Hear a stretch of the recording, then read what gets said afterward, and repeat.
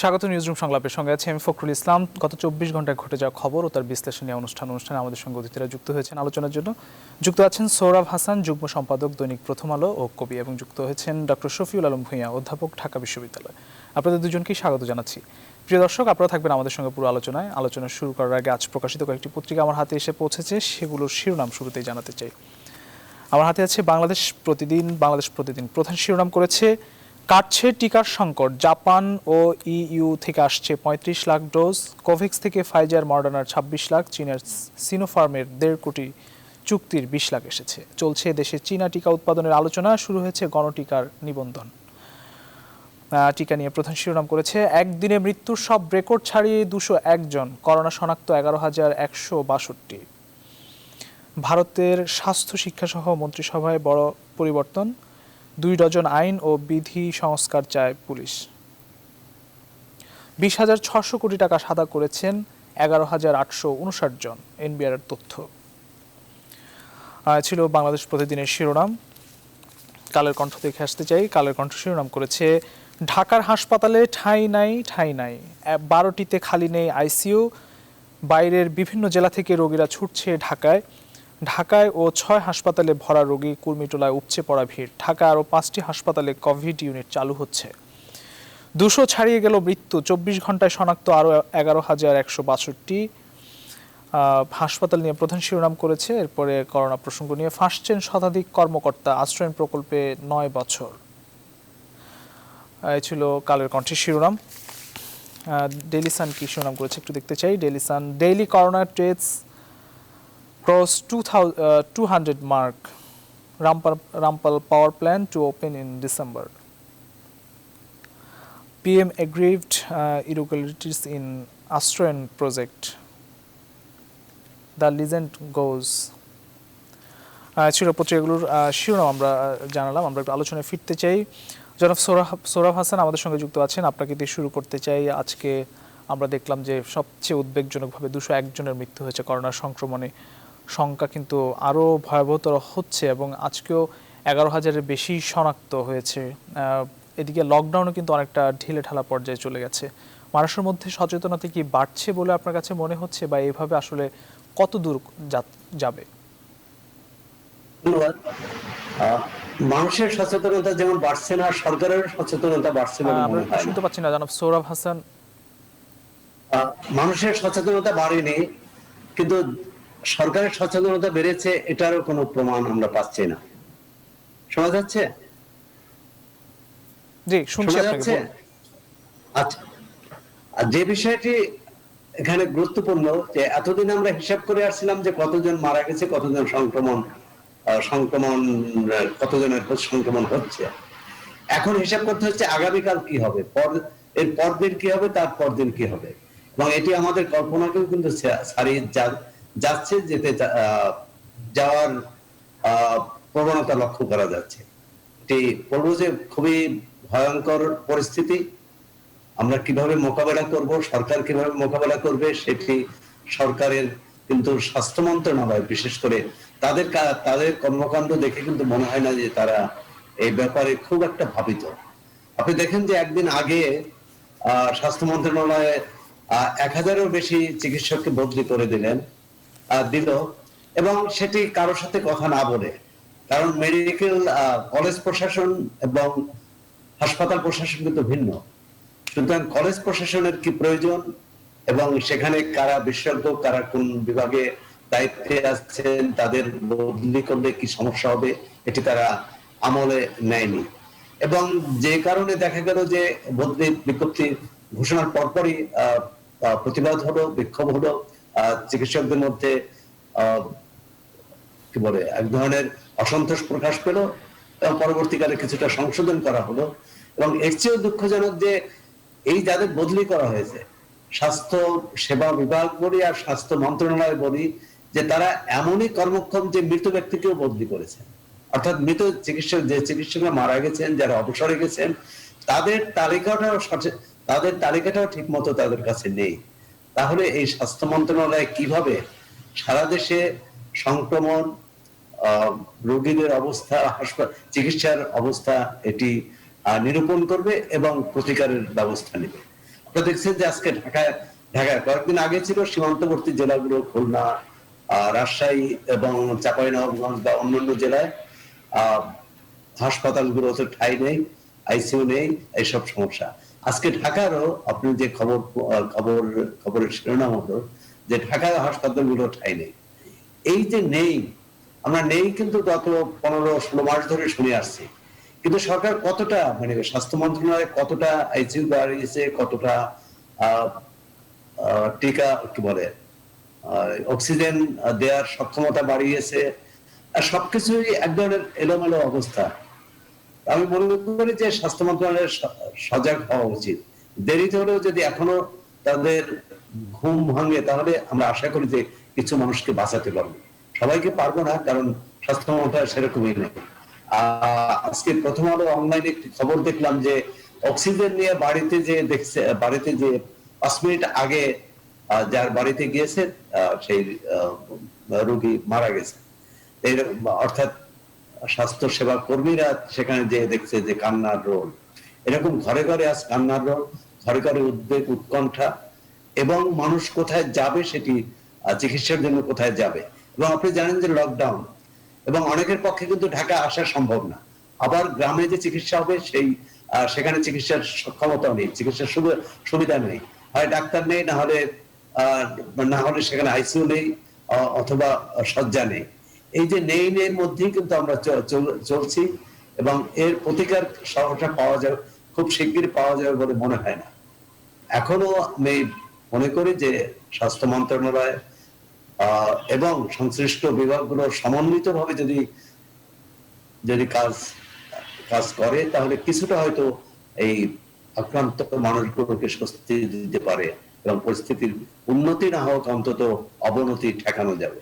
জি, ফিরবো আপনার কাছে। ডক্টর শফিউল আলম ভূঁইয়া, আসলে সমন্বয়ের কথা বলছিলেন সোহরাব হাসান, আসলে সমন্বয় কতটা আছে আসলে প্রশাসনের সকলের মধ্যে? এখন যে পরিস্থিতি, এখন আসলে মানে বসে থাকার আসলে সময় নেই, যে ভয়াবহ একটি পরিস্থিতি। আমি আসলে সমন্বয় জিনিসটা বুঝি না, এটা নিয়ে আমরা অনেক কথাবার্তা বলি। আমি যেটা বুঝি সেটা হলো যে স্বাস্থ্য মন্ত্রণালয়কে এবং সরকারের যে সংশ্লিষ্ট দপ্তরগুলো আছে তাদের দায়িত্বটা পালন করতে হবে। স্বাস্থ্য মন্ত্রণালয় যেভাবে দায়িত্ব পালন করছে সেইখানে দক্ষতার ঘাটতি দেখা যাচ্ছে। তারপরে কিছু কিছু ক্ষেত্রে আমরা দুর্নীতির চিত্রও দেখেছি, সেই বিষয়গুলো আছে। পাশাপাশি যেটি পরিস্থিতি যে কারণে খারাপের দিকে যাচ্ছে, আমি আজকে নিজে একটু বিভিন্ন জায়গায় কথা বলার চেষ্টা করেছিলাম যে সীমান্তবর্তী জেলাগুলোতে, সেইখানে গ্রামে গ্রামে এখন করোনা ছড়িয়ে পড়েছে, এবং গ্রামে অনেকেই আপনার এই যে করোনার উপসর্গ নিয়ে আছে, তারা কিন্তু পরীক্ষাও করাচ্ছে না, বা তারা ডাক্তারের শরণাপন্ন হচ্ছে বা হাসপাতালে শরণাপন্ন হচ্ছে অনেক বিলম্বে। এই করোনা চিকিৎসায় যেটা এখনো পর্যন্ত স্বতঃসিদ্ধ হয়ে দাঁড়িয়েছে যে আপনাকে খুব দ্রুত ব্যবস্থা নিতে হবে, দ্রুত আপনাকে শনাক্ত হয়ে সেই অনুসারে ব্যবস্থা নিতে হবে। তো সেটি হচ্ছে না। সরকার কিন্তু হটলাইন চালু করেছে যে আপনি নির্দিষ্ট ফোন নাম্বার দেওয়া আছে, সেইখানে ফোন করলে পরে আপনি যদি গ্রামেও থাকেন, সেই গ্রামে গিয়ে স্যাম্পল কালেক্ট করে সে টেস্টটা করে দিবে। এখন অ্যান্টিজেন টেস্ট করার ব্যবস্থা করেছে সরকার, আরটিপিসিআর না করতে পারলেও।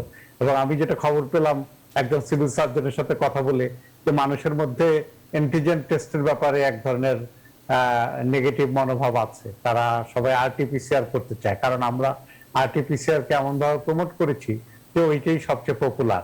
অ্যান্টিজেন টেস্টের উপরে নির্ভরতা মানুষ দেখাচ্ছে না সেইভাবে, কিন্তু অ্যান্টিজেন টেস্টেও কিন্তু বিশেষজ্ঞরা বলছে যে অ্যান্টিজেন টেস্টে পজিটিভ হলেও আপনি পজিটিভ। তো এটা হচ্ছে একটা চিত্র। আরেকটা চিত্র হচ্ছে যে যেহেতু আমাদের সকল জেলায় আইসিইউ নেই, সকল জেলায় পর্যাপ্ত বা উপজেলাগুলোতে স্বাস্থ্য ব্যবস্থা ভঙ্গুর, সেই কারণে রোগীরা কিন্তু ঢাকায় চলে আসছে।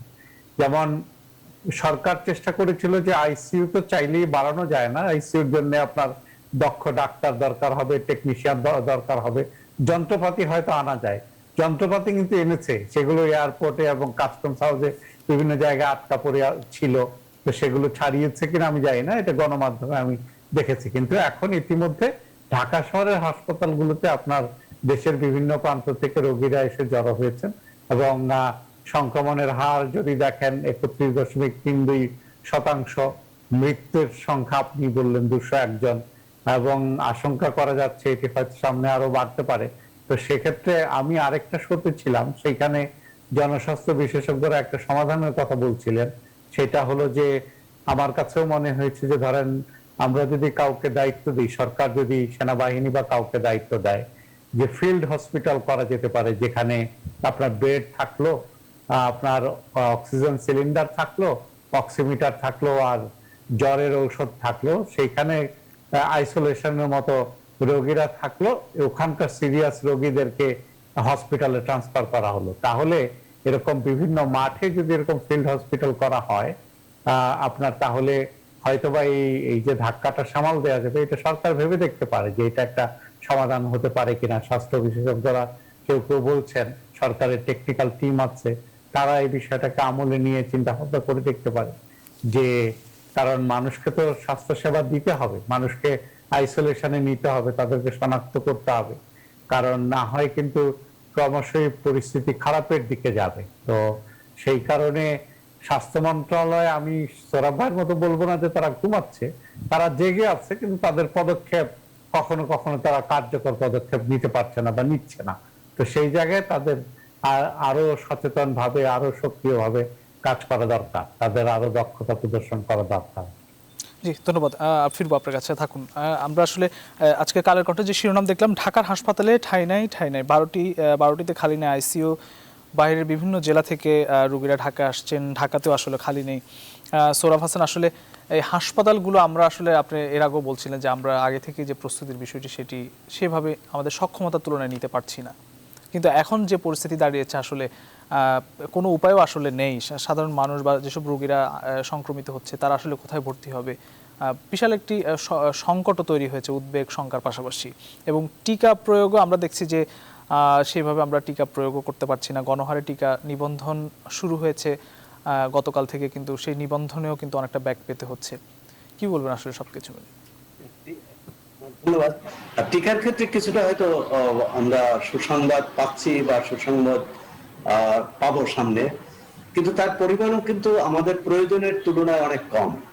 আর সেক্ষেত্রে টিকার চেষ্টা চালাতে হবে, আরো নতুন নতুন উৎস খুঁজতে হবে, এবং যে টিকা আসছে দ্রুত টিকা রেজিস্ট্রেশন করে টিকা প্রত্যাশীদের টিকা দিতে হবে। এবং এক্ষেত্রে সরকার একটি ভালো কাজ করেছে যে সময় বয়স সীমা কমিয়ে দিয়েছে, এবং এর বাইরেও যেমন শিক্ষার্থী, গণমাধ্যম কর্মী, স্বাস্থ্যকর্মী, তাদের ক্ষেত্রে আমি মনে করি যে বয়সের সীমা থাকা উচিত নয়। আর যে বিষয়টি আসছে যে হাসপাতালে এখন এটি আমাদের এখানে যেমন চীনে 1 সপ্তাহের মধ্যে হাসপাতাল তৈরি করবে, কিন্তু আমাদের এখানে তো এই সক্ষমতা, এই লোকবল, এই প্রযুক্তি আমাদের নেই। এখন সেক্ষেত্রে শফিউল আলম ভূঁইয়া যেরকম বলছিলেন, এরকম অস্থায়ী কাউকে দায়িত্ব দেয়া করা যেতে পারে। জি জি, কাউকে দায়িত্ব দিতে বলছিলেন আর কি। হ্যাঁ, না, দায়িত্ব নিতে হবে স্বাস্থ্য মন্ত্রণালয়। কি স্বাস্থ্য মন্ত্রণালয় অন্য কারো সাহায্য নিতে পারে, সেনাবাহিনীর সহায়তা নিতে পারে, অন্য কারো সহায়তা নিতে পারে, বিশেষজ্ঞদের সহায়তা নিতে পারে, কিন্তু এই মানুষের কাছে যেতে হবে। প্রথমত হচ্ছে পরীক্ষার জন্য যেতে হবে, দ্বিতীয় হচ্ছে স্বাস্থ্য সেবার জন্য যেতে হবে। আর যেমন মানে রোগী যখন হাসপাতালে আসে, রোগী জানে না যে তার অবস্থা কি, এবং অনেকে হয়তো হাসপাতালে আসার প্রয়োজনও নেই, কিন্তু ভয়ে চলে আসে। কিন্তু এই রোগীর ক্ষেত্রে যার হাসপাতালে আসার প্রয়োজন নেই, সেটি যদি স্বাস্থ্য মন্ত্রণালয়, স্বাস্থ্য বিভাগের ক্ষেত্রে বিভাগ থেকে এরকম কোনো ব্যবস্থা করা যেত যে করোনা শনাক্ত হওয়ার পর তাদের পর্যবেক্ষণে থাকবে, এবং স্থানীয়ভাবেই তার স্থানীয় বা তার ঘরেই চিকিৎসাটা সম্ভব, যতটা সম্ভব। আর তাহলে কিন্তু হাসপাতালগুলোতে ভিড় কিছুটা কমবে। কিন্তু যারা গুরুতর এবং অক্সিজেন যাদের প্রয়োজন, তাদের জন্য কিন্তু দ্রুত অক্সিজেন কিভাবে এটি ব্যবস্থা করা যায়, এবং অক্সিজেন দিতে হলে তো শুধু মাঠে অক্সিজেন দেওয়া যাবে না, ফ্লোরেও দেওয়া যাবে না, তার জন্য বেড লাগবে, আইসিইউ লাগবে, এই প্রযুক্তি লাগবে। এগুলো সময় সাপেক্ষ, কিন্তু এখন কত দ্রুত এটা করা যায় সেটির ব্যাপারে বিশেষজ্ঞদের মতামত নিয়ে স্বাস্থ্য মন্ত্রণালয়কে এটা বলা যায় যে সর্বাত্মক চেষ্টা চালাতে হবে। মানে আমরা ঢিলেঢালা ভাবে এতদিন চলে আসছে, এবং সেক্ষেত্রে একসময় তো ঢাকা শহরে যে গত বছর যে অনেকগুলো নতুন হাসপাতাল করা হলো, এমনকি বসুন্ধরা যে কনভেনশন সেন্টার সেখানে হাসপাতাল করা হয়েছিল। আমি জানি না সেখানকার অবকাঠামো কিরকম। এভাবে প্রয়োজন হলে অস্থায়ী এই মুহূর্তে অস্থায়ী হাসপাতাল করে সেখানে রোগীদের ভর্তি করে এবং চিকিৎসা নিতে হবে। আর হচ্ছে যে অক্সিজেন, অনেক সময় যেমন আমরা দেখেছি ঢাকার বাইরে সাতক্ষীরায়, বগুড়ায় অক্সিজেনের অভাবে মানুষ মারা যাচ্ছে। এই যে অক্সিজেন প্রয়োজন হতে পারে, অক্সিজেন আগে আনতে হবে এবং আজকের প্রয়োজন আজকে অক্সিজেন হাসপাতালে সরবরাহ করা হবে, এটি কোনোভাবেই গ্রহণযোগ্য নয়। অক্সিজেনটা অন্তত 24 ঘন্টা আগে, মানে যাতে রোগীর সংকটে না পড়ে সেটি করতে হবে প্রতিটি হাসপাতালে।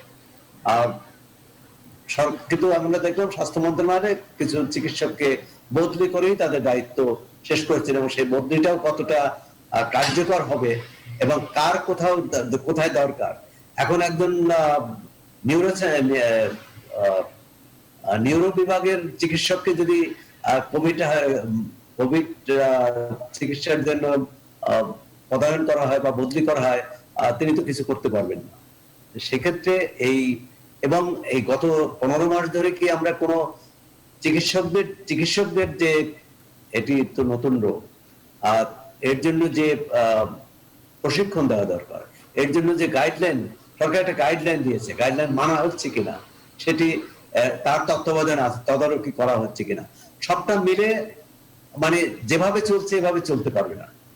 অবশ্যই এটি নতুন মানে কি বলে সমন্বিত প্রয়াস দরকার। আমি যেটা বলছি সমন্বিত মানে হাসপাতালের ভিতরেও সমন্বিত হবে, এটি না যে 5টি সংস্থা একসাথে হবে। সেখানে কোথায় কি ঘাটতি আছে, কোথায় কি দুর্বলতা আছে সেটি দেখতে হবে। কোথাও যদি বিশেষজ্ঞ চিকিৎসক না থাকে বিশেষজ্ঞ চিকিৎসক নিয়োগ করতে হবে, কোথাও যন্ত্রপাতির সংকট থাকলে সেটি মেটাতে হবে। আমি বলছি যে সমন্বিত এবং সর্বাত্মক চেষ্টাই পারে এই পরিস্থিতিটা সহনীয় পর্যায়ে রাখতে বা সহনীয় পর্যায়ে নিয়ে আসতে। জি, থাকুন আপনি আমাদের সঙ্গে। আসলে সামনে ঈদুল আজহা এবং সেখানে গরুর হাটের একটি বিষয় রয়েছে, সেক্ষেত্রে আসলে সংক্রমণ কতটা ঠেকানো সম্ভব এবং সীমান্তগুলোর দিকে আসলে নজর দেওয়া খুবই জরুরি, কারণ সীমান্ত হয়ে আসলে এই সংক্রমণটি ছড়িয়েছে। জনাব ডক্টর শফিউল আলম ভূঁইয়া, আপনি আসলে এই বিষয়ে সীমান্ত ঠেকাতে পারলাম না। আমরা একটু ডক্টর শফিউল আলম ভূঁইয়া আপনার কাছে একটু আসতে চাই, কি বলবেন? হ্যাঁ, যেমন এখন কিন্তু সীমান্তে নজর দেওয়ার চাইতে নিজেদের দিকে নজর দেওয়াটা জরুরি। কারণ হচ্ছে যে এখন তো সীমান্তের এদিক দিয়ে ইন্ডিয়া থেকে গরু আমদানি সেইভাবে আগের মতো হয় না, কারণ অফিসিয়ালি তো ভারত গরু রপ্তানি করে না আমাদের এখানে, মোদী সরকার ক্ষমতায় আসার পরে। তো যার ফলে আমাদের কোরবানির জন্য এখন আমাদের নিজেদের স্বয়ংসম্পূর্ণতা ডেভেলপ করেছে অনেকটাই, যে পশু আমরাই লালন পালন করি, আমরাই সরবরাহ করি। তো সেক্ষেত্রে আপনার এই যে সামনে যে কোরবানির ঈদ আসছে, এটা সরকারের জন্য একটা চ্যালেঞ্জ।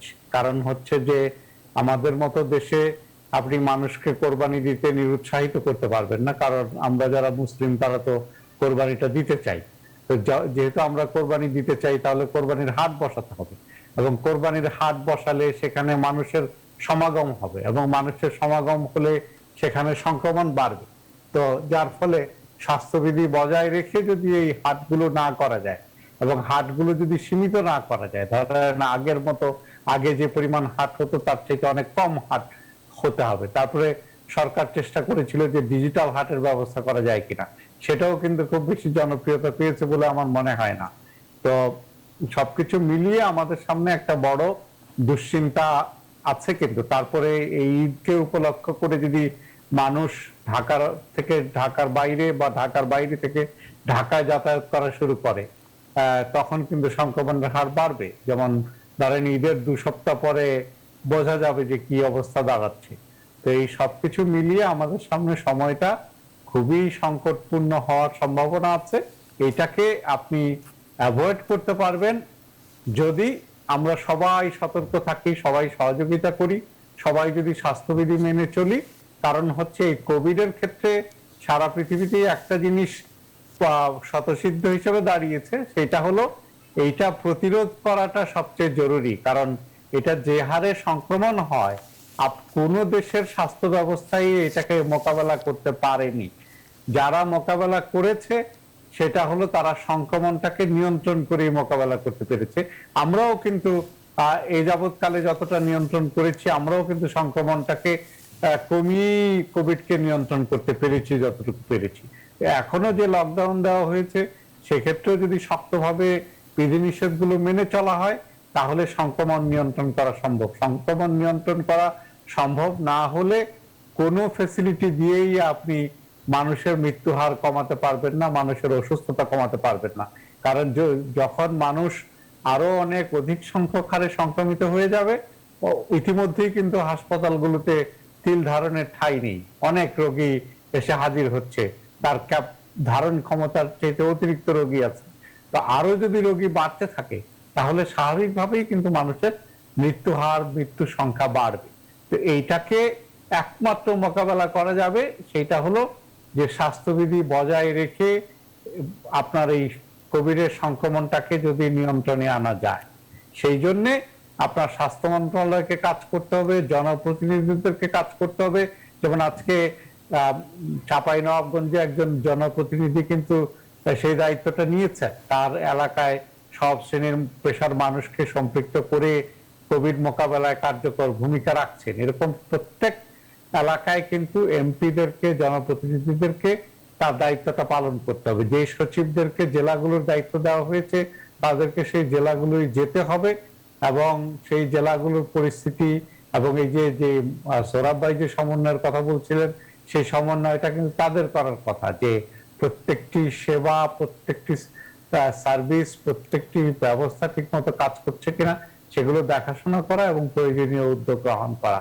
যদি না করা হয়, তাহলে আমরা বোধহয় কোরবানির ঈদের আগে এবং কোরবানির ঈদের পরে একটা সংকটের মুখোমুখি হতে যাচ্ছি। তো আমি আশা করব যে আমাদের সতর্কতার মধ্য দিয়ে হয়তো সংকটটি হবে না, কিন্তু আশঙ্কাটা দেখা যাচ্ছে।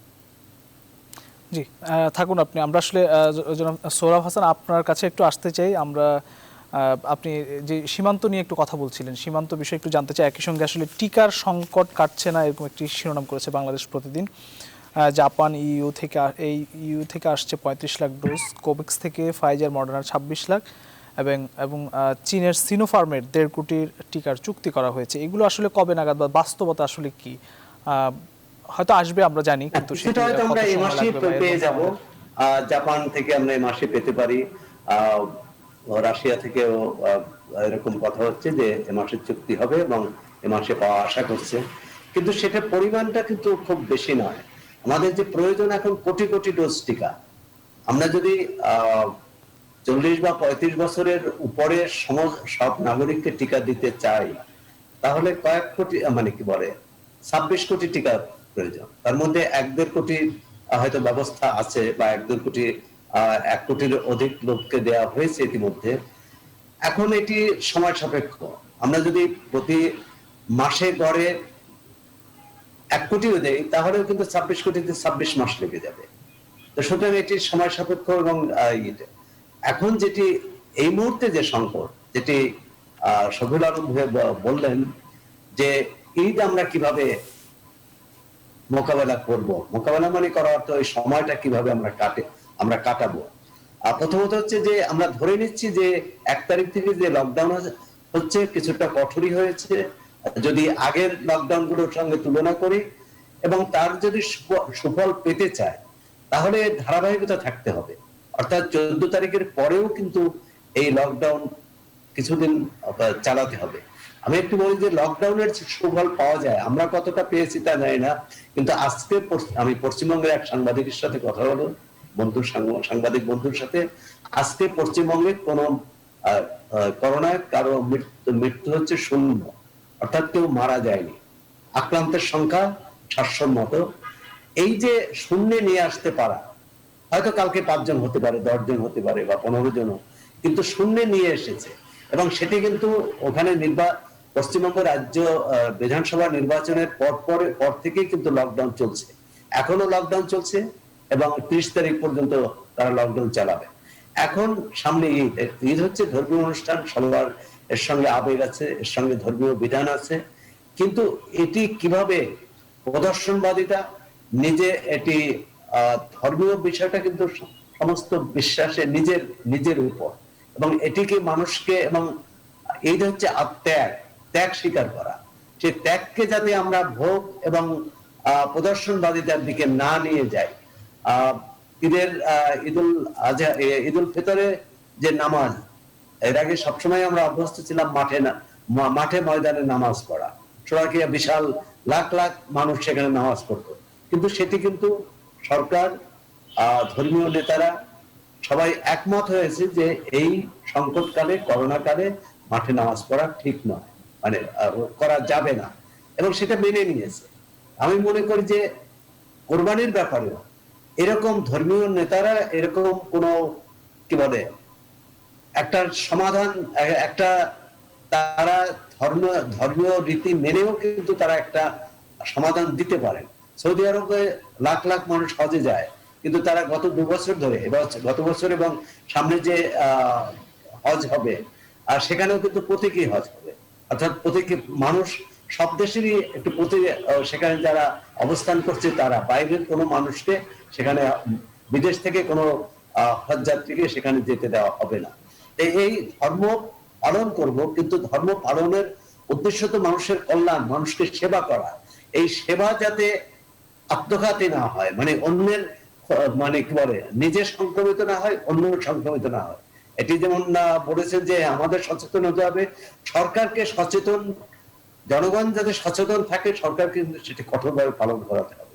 এখন যেমন করছে, ঈদের সময়, বিশেষ করে গত ঈদে আমরা যে দেখেছি, গণপরিবহন না থাকার পরেও কিন্তু মানুষ দলে দলে গ্রামের বাড়িতে গিয়েছে। আজকে গ্রামের বাড়িতে যাওয়া তো আরো ভয়াবহ, কারণ গ্রামেও সংক্রমিত হয়েছে। তখন ছিল শহর থেকে যাওয়াটা ভয় ছিল যে এখান থেকে গেলে গ্রামের সংক্রমণ বাড়বে, গ্রামের সংক্রমণ হতে পারে। এখন হচ্ছে গ্রামের সংক্রমণ শহরেও। এখন যে যেখানে আছে সেখানেই থাকতে হবে, যাতে যে বাড়িতে আছে সে বাড়িতে থাকতে হবে, যে পাড়ায় আছে সেই পাড়ায় থাকতে হবে, যে গ্রামে আছে সেই গ্রামে থাকতে হবে, যে মহল্লায় আছে সেই মহল্লায় থাকতে হবে। কোনোভাবেই যাতায়াত যেটা, গণযাতায়াত যেটা, মানে এবং মানুষের মধ্যে চলাচল এবং মানুষের মধ্যে মেলামেশা, এটি ব্যাপকভাবে করা যাবে না, কোনোভাবেই করা যাবে না। এবং সে ব্যাপারে সরকার যে পদক্ষেপ নেয়, আমার মনে হয় কঠোর পদক্ষেপ নেওয়া উচিত। জনগণও সেটা মেনে নেবে তাদের বেঁচে থাকার জন্য। আরেকটি বিষয় যে এই যে আমরা বলি যে জনগণ অনেকেই স্বাস্থ্যবিধি মানে না, রাস্তায় নেমে যাচ্ছে, কিন্তু তারা কি করবে? যে গরিব মানুষগুলো, যে কাজ হারিয়েছে, যার কোনো সংস্থান নেই, মানে আগামীকাল তার কি খাবে সেটা তার নিশ্চয়তা নেই, তাহলে তাকে তো বের হতেই হবে। সুতরাং সরকারের উচিত ছিল যে এই মানুষগুলো লকডাউন দেওয়ার আগে অন্তত তালিকা করে, এলাকা ভিত্তিক তালিকা করে কার কি অবস্থা, এবং হতদরিদ্র যারা চলতে পারে না, যাদের খাবার সংস্থান নেই, তাদের ঘরে কিন্তু খাবার বা নগদ টাকা পৌঁছানো উচিত। আওয়ামী লীগের সাধারণ সম্পাদক ওবায়দুল কাদের বলেছেন যে ঈদের সময় 1 কোটি লোককে সহায়তা দেবে। হয়তো গত বছর যেমন 2,500 টাকা করে দেওয়া হয়েছিল, এরকম দেয়া হবে আমরা শুনতে চাই না, দেয়া হয়েছে এটা শুনতে চাই। কত দ্রুত এটা দেয়া হচ্ছে এবং কত সুষ্ঠুভাবে দেয়া হচ্ছে, প্রকৃতি গরিব যারা, প্রকৃতি যারা কাজ হারিয়েছে, যারা নিরুপায়, তাদের কাছে যেন পৌঁছানো হয়। এই ব্যাপারেই যে স্থানীয় উদ্যোগ দরকার, স্থানীয় জনপ্রতিনিধি, নাগরিক সমাজ, বেসরকারি সংস্থা, বিশেষ করে তরুণদের সঙ্গে নিয়ে, তরুণদের কাজে লাগিয়ে এই কাজটি কিন্তু সফলভাবে করা যায়। এবং সেক্ষেত্রে জনজীবনে এখন যে উদ্বেগ আছে, উৎকণ্ঠা আছে, বিশৃঙ্খলা আছে, সেটি থাকবে না। জি, আমরা একদম শেষ পর্যায়ে চলে এসেছি। আমরা শেষ বক্তব্য জানতে চাই ডক্টর শফিউল আলম ভাই আপনার কাছে। আসলে শিক্ষা কার্যক্রম, আপনার কাছে এর আগে এই শিক্ষা ব্যবস্থা নিয়ে বা শিক্ষা কার্যক্রম নিয়ে, করোনাকালের পরিস্থিতি নিয়ে অনেক প্রশ্ন করেছি। এখন আসলে যে পরিস্থিতি, সেক্ষেত্রে আসলে শিক্ষা কার্যক্রম আদৌ সচল করা সম্ভব হচ্ছে কিনা, আপনি এর আগে অনেক কথা দেখেন। জি, এটা হলো যে আমার কাছে এখন যেটা প্রতীয়মান হয় যে সেটা হলো যে আপনি স্বাভাবিক শিক্ষা কার্যক্রমে কবে পৌঁছাতে পারবেন এটা অনেকটা অনিশ্চিত।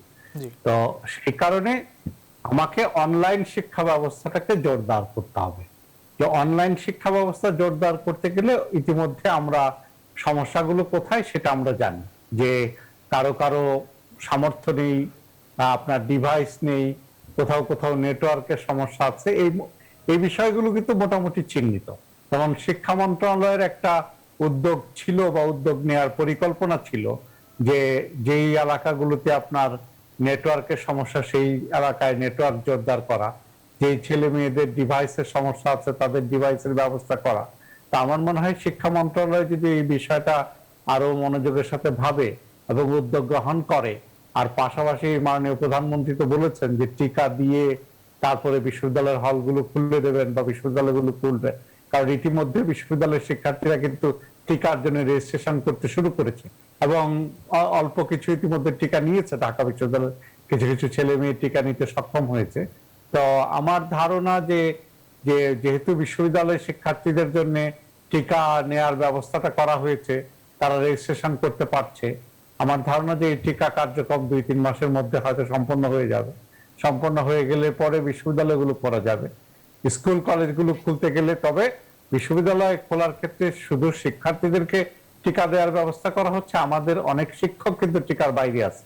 যেমন যাদের বয়স আপনার আমরা তো 40 পর্যন্ত যারা ছিল তারা টিকা নিতে পেরেছে, 40-এর নিচে যে শিক্ষকদের বয়স ছিল তারা কিন্তু টিকা নিতে পারেনি। যেমন আমি ঢাকা বিশ্ববিদ্যালয়ের কথা বলতে পারি, আমরা শিক্ষক সমিতি থেকে ইতিমধ্যে 243 জন শিক্ষকের তালিকা স্বাস্থ্য মন্ত্রণালয়কে দিয়েছি যে আমাদের 243 জন শিক্ষক যাদের বয়স কম, তরুণ শিক্ষক, তাদের টিকার ব্যবস্থা করার জন্য। কারণ শুধুমাত্র শিক্ষার্থীদেরকে টিকা দিলেই তো হবে না, শিক্ষকদেরকে, কর্মকর্তা কর্মচারীদেরকেও টিকার আওতায় আনতে হবে, না হয়তো বিশ্ববিদ্যালয় বা শিক্ষা প্রতিষ্ঠানগুলো চালু করা যাবে না। তো সেই কারণে আমার মনে হয় যে টিকা কার্যক্রম চলতে থাকুক, পাশাপাশি স্কুল কলেজ বিশ্ববিদ্যালয় পর্যায়ে অনলাইন শিক্ষাটার যে সমস্যাগুলো ইতিমধ্যে কিন্তু সব চিহ্নিত হয়েছে, তো সেইগুলো সমাধান করে অনলাইন শিক্ষা কার্যক্রমটাকে পরিচালনা করা যায় কিনা। কারণ প্রাইভেট বিশ্ববিদ্যালয় কিন্তু পুরোদমে অনলাইনে চলছে, ইংলিশ মিডিয়াম স্কুলগুলো পুরোদমে অনলাইনে চলছে, আমাদের বাংলা মিডিয়ামের স্কুলগুলো যেভাবে চলা উচিত অনলাইনে সেভাবে চলতে পারছে না নানা সীমাবদ্ধতার কারণে। আমাদের পাবলিক বিশ্ববিদ্যালয়গুলোতেও কিন্তু অনলাইন কার্যক্রম শতভাগ সুষ্ঠুভাবে সম্পন্ন করা যাচ্ছে না নানা কারণে। সেই কারণগুলো চিহ্নিত, সেই কারণগুলো সমাধানের জন্য শিক্ষা মন্ত্রণালয়ের একটা উদ্যোগ দরকার। সেই উদ্যোগটা যদি তারা গ্রহণ করে, আমার মনে হয় যে এই যে সাম্প্রতিক যে সংকট, এখন যে সংকটের মধ্যে আমরা যাচ্ছি, যে করোনার যে ঢেউ আছড়ে পড়ছে এখন, এই পরিস্থিতিটা মোকাবেলার পরেই কিন্তু শিক্ষা ব্যবস্থাটাকে চাইলে অনলাইনে অথবা কোথাও কোথাও হয়তো সশরীরে ব্যবস্থা করা যেতে পারে। তা আমার মনে হয় যে সেই বিষয়গুলো শিক্ষা মন্ত্রণালয়কে ভাবতে হবে এবং পাশাপাশি টিকা দেওয়ার যে কার্যক্রমটা চলছে সেইটা সুষ্ঠুভাবে চালিয়ে নেওয়া এবং সেই টিকা কার্যক্রমে শিক্ষার্থীদের পাশাপাশি তরুণ শিক্ষক এবং কর্মকর্তা কর্মচারীদেরকেও অন্তর্ভুক্ত করা, যারা ইতিমধ্যে টিকার দিতে পারেনি বয়সের কারণে। আমি জানি যে 40 ঊর্ধ্ব প্রায় ঢাকা বিশ্ববিদ্যালয়ের প্রায় সকল শিক্ষক, 40 ঊর্ধ্ব শিক্ষক এবং কর্মকর্তা কর্মচারীরা টিকা নিয়েছেন। আর কেউ যদি না নিয়ে থাকেন তাহলে সেটা তার কোনো শারীরিক সমস্যার কারণে বা তার নিজের ইচ্ছায় বা অন্য কোনো কারণে উনি নেননি, কিন্তু 40 ঊর্ধ্বদের জন্য টিকার ব্যবস্থা ছিল, তারা নিতে পেরেছেন। কিন্তু তরুণ শিক্ষকদের জন্য সেটা ব্যবস্থা। আমাদের হাতে 30 সেকেন্ড সময় আছে। জনাব সোহরাব হাসান, আপনি যদি শেষ কোনো মন্তব্য করতে চান বা বলতে চান। শিক্ষা তো বাঁচিয়ে রাখতে হবে, জীবন বাঁচিয়ে রাখতে হলে শিক্ষাকেও বাঁচিয়ে রাখতে হবে। সেক্ষেত্রে আমিও একমত যে অনলাইন এবং অনলাইন শিক্ষাটা জোরদার করতে হবে, এর পাশাপাশি অপেক্ষা করতে হবে যে টিকা দেওয়ার পর শিক্ষার্থীরা কত দ্রুত ক্লাসে যেতে পারে এবং সেক্ষেত্রে সরকারের সর্বাত্মক চেষ্টা থাকতে হবে। একটা কথা শোনা যাচ্ছে যে এটি যদি সর্বোচ্চ পর্যায়ে হয়, মানে দ্বিতীয় ঢেউয়ে, তাহলে আমরা আশা করি যে কিছুদিনের পর এটি নিম্নমুখী হবে। তখন কিন্তু শিক্ষা প্রতিষ্ঠানগুলো খোলার চিন্তা ভাবনা করতে হবে এবং তার আগে প্রয়োজনীয় ব্যবস্থা নিতে হবে, টিকাটা নিশ্চিত করতে হবে এবং আমাদের শিক্ষার যে দুর্বলতাগুলো, অর্থাৎ এই প্রযুক্তিগত দুর্বলতাগুলো কাটাতে হবে, বিশেষ করে পাবলিক বিশ্ববিদ্যালয়, কারণ তারা অনেক পিছিয়ে পড়েছে বেসরকারি বিশ্ববিদ্যালয় থেকে। আমাদের সময় একদম শেষ। প্রযুক্তিগত দুর্বলতা নিশ্চয়ই অনেকদিন হয়ে গেল, প্রায় 2 বছর ধরে শিক্ষা প্রতিষ্ঠানগুলো বন্ধ রয়েছে, শিক্ষা কার্যক্রম অনেক ক্ষেত্রেই বন্ধ রয়েছে। এই দুর্বলতা নিশ্চয়ই কাটাতে হবে, প্রযুক্তিগত দুর্বলতা। আমরা শেষ করছি আজকের মতো। ধন্যবাদ সোহরাব হাসান এবং ডক্টর শফিউল আলম ভূঁইয়া। আমরা আজ নিউজরুম সংলাপ এখানে শেষ করছি। আবারও দেখা হবে আগামীকাল একই সময়ে। সবাই ভালো থাকবেন, সুস্থ থাকবেন। শুভরাত্রি।